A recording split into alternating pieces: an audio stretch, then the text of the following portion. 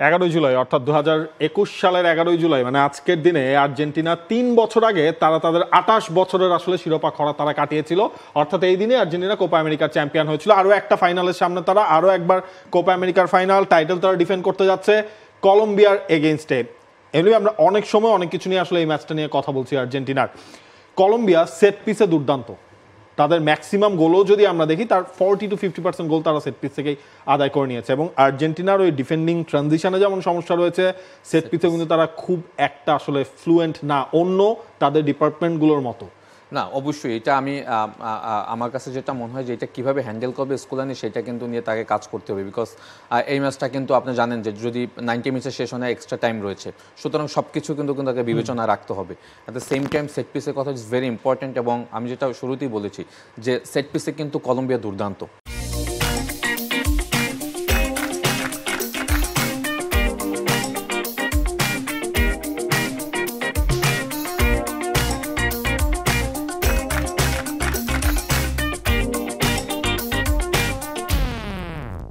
Because তাদের ডেলিভারিগুলি এত সুন্দর আসে জেমসের কাছ থেকে, যেটা আসলে ওইখানে কানেকশনটাও কিন্তু বেশ ভালো করে।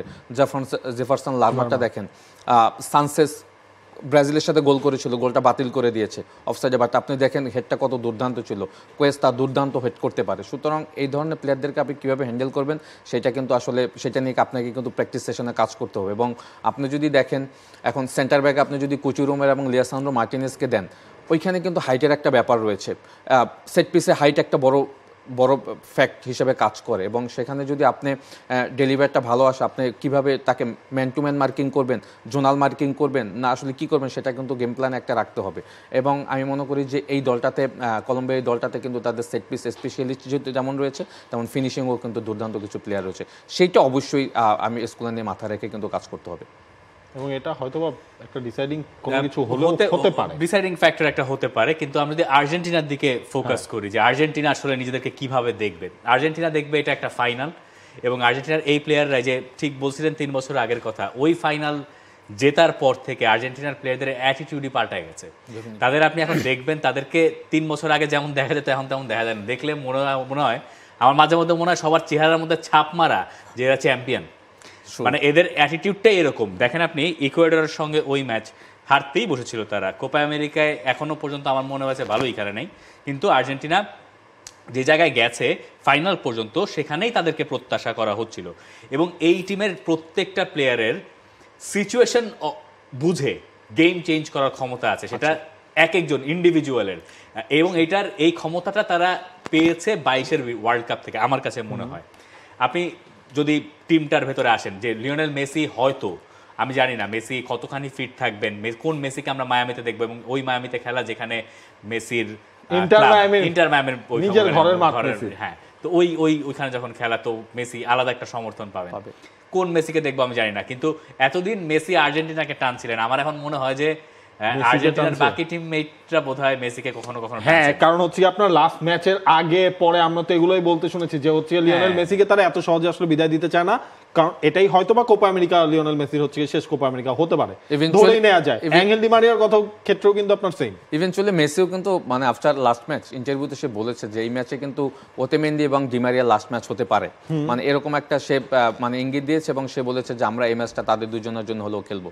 সুতরাং এইরকম কিন্তু সেটা কিন্তু ওই লাস্ট 2021 কোপা আমেরিকা থেকে কিন্তু এইভাবে হয়ে আসতেছে যে মেসির জন্য খেলছি, আইদার আরেকজনের জন্য খেলছি। এমিলিয়ানো মার্টিনেজ তো আর্জেন্টিনার জন্য খেলে না, খেলাতে তো আলটিমেটলি তো আপনি যখন ম্যাচ জিতেন সেটা তো আর্জেন্টিনাই জিতে, ইন্ডিভিজুয়ালি তো আসলে আর কেউ জিতে না। মানে যেটা হয়েছে যে আমার কাছে মনে হয় যে দলটার ভিতরে শোনেন মানে ইন্টারন্যাশনাল এরিনাতে আপনি যখন খেলবেন অন দ্য ফিল্ড তো অনেক কিছু আছে, অফ দ্য ফিল্ড টিম বন্ডিংটা কিন্তু আপনার দেখতে হবে।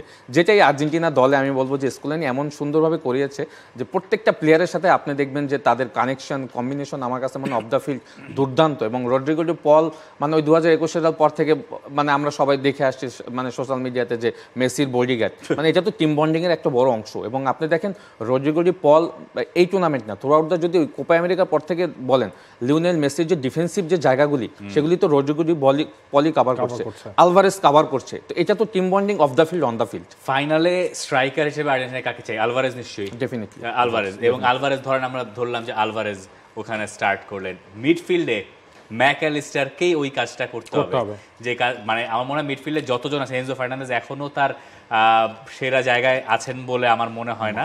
ফাইনালে হয়তো তাকে দিয়েই ম্যাকঅ্যালিস্টার, আমি যদি ডিপল, আমি এই দুজনকে যদি রাখি মিডফিল্ডে, আমি যদি মেসিকেও রাখি, ডিমারিয়াকে রাখি, আলভারেজকে রাখি, তাহলে জায়গা থাকলো একটা বাকি থাকে, সেটাই হচ্ছে এনজো নাহলে পারেদেস। এনজো না হয় পারেদেস, এই ডিসিশনটা তাদেরকে নিতে হবে, মানে লিওনেল স্কালোনিকে এই ডিসিশনটা নিতে হবে যে কাকে নামাবে, সেটা কি পারেদেস না আমার মনে হয় এনজো ফার্নান্দেজকে দিয়ে স্টার্ট করবে, বিকজ ফিজিক্যাল অ্যাপারেন্স একটা ব্যাপার আছে। এনজো ফার্নান্দেজ কিন্তু ফিজিক্যালি ভেরি স্ট্রং, মানে 1x1 বলেন, তারপরে বল মিডফিল্ড থেকে নিয়ে আসলে 1x1 মানে যে জায়গাগুলি, সেটা আমার মনে হয় যে পারাদেসের থেকে এনজো ফার্নান্দেজের ভালো। এবং এনজো ফার্নান্দেজ যেহেতু ভাই কানাডার এগেইনস্টে তো ওই গোলটা এনজোরই হতে পারতো, যদিও এনজোর এখনো আমরা বেস্ট ফুটবলটা দেখিনি, বাট যেহেতু ফাইনাল ম্যাচ, সে নিজেও তো আসলে চিন্তা করবে যে আসলে ফাইনাল ম্যাচ আমার কোন কাজগুলি করতে হবে, আমার আসলে কোনটা ডেলিভার দিতে হবে। এবং আরো বড় পজিটিভ দিক আর্জেন্টিনার ফুটবলারদের, যে তারা জানে যে তাদের ফাইনাল ম্যাচে কি করতে হবে। তারা যেহেতু এই টিমটাই বেশিরভাগ প্লেয়াররা, এই প্লেয়ারগুলোই চ্যাম্পিয়ন হয়েছে দুটো মেজর টুর্নামেন্টে, পরে 22 ফাইনাল। এবং কলম্বিয়ার প্লেয়াররা 23 বছর পর ফাইনালে ওঠার যে আবেগে ভেসে গেছেন, তাদের ভেতরে যদি এই ব্যাপারটা চলে আসে যে না সব পেয়ে গেছি, সব পেলে তো নষ্ট জীবন, তাই না? তো সব যদি পেয়ে যাওয়ার এরকম কোনো ঘটনা ঘটে থাকে কলম্বিয়ার, এবং আমি প্রেটি শিওর যে কলম্বিয়া এখন রাস্তাঘাটে উদযাপন হয়েছে সারা রাত, কলম্বিয়ার পেপার পত্রিকায় অনেক লেখালেখি হবে, এই আবেগের ভারসাম্য দরকার আছে এই ধরনের ফাইনাল ম্যাচে আর্জেন্টিনার মোকাবেলা করার আগে। ভাই আজকে আপনাকে একটা জিনিস থেকে বাঁচিয়ে দিই, আর্লি প্রেডিকশনটা আসলে নিচ্ছি না, কারণ ফাইনালের আগে আপনার সাথে প্রেডিকশন একই থাকবে। এই এখন আজকে থেকে প্রেডিকশন যদি আপনি প্রেডিকশন একটাই থাকবে। হাসি এই কারণে যে ম্যাচটা খুব মানে এন্টারটেইনিং ম্যাচ হবে, কারণ দুইটা দলই আমরা জানি মানে কোন প্যাটার্নে ফুটবল খেলে, এবং কলম্বিয়াকে নিয়ে আসলে মানে আলাদা তো কিছু বলার নাই।